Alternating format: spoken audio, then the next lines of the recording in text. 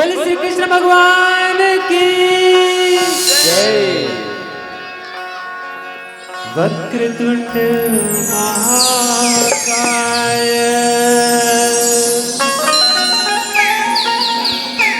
सूर्यकोटि समप्रभ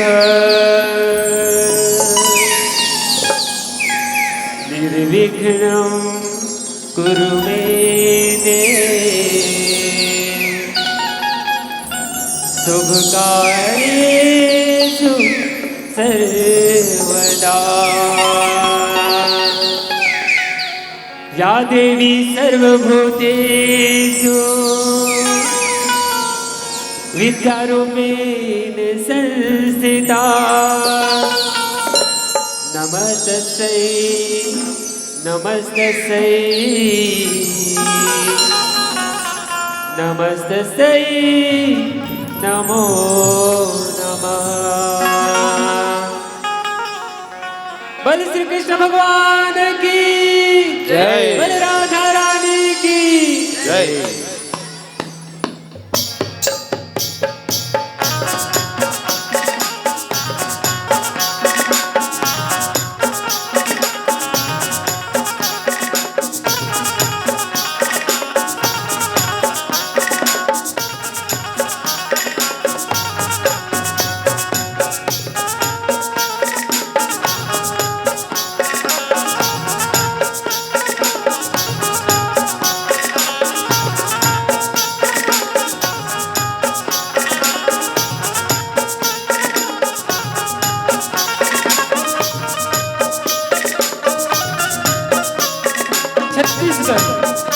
महतारी के पावन कोरमा बसे राजनांदगांव चिखली के चंदन माटीला वंदन करत यहाँ के जम्मू देवी देवता ये मंच के सजैया आयोजक भैया मंच के निर्णय करैया निर्णायक गुरुजन संगठन मीठी मीठी बोली ले रुझैया उद्घोषक भैया संगठन ये कार्यक्रम के आगे चले भैया दाई दीदी भाई बहनी लड़का जियान और जम्मू संगवारी मल्ला खबर श्री आदर्श नवयुवक पूर्ण जस जगराता एवं भाग परिवार ग्राम कोपेडी के डार में सत सत नमन है। जय जोहार है संगवारी हो जय जोहार है। हमन गीत के माध्यम से सुनाए बजावत हवन श्री कृष्ण भगवान के लीला जेमा कोनो भी प्रकार के गलती हो गई अपन नान है लइका समझ के क्षमा करो क्षमा करो। बोल श्री कृष्ण भगवान की जय।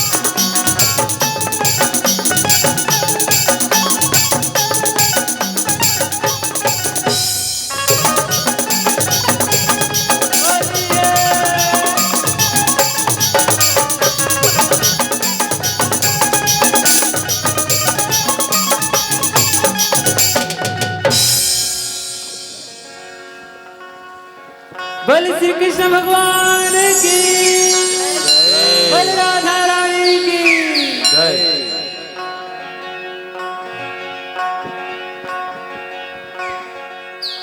हल्ला हो गए आज विरज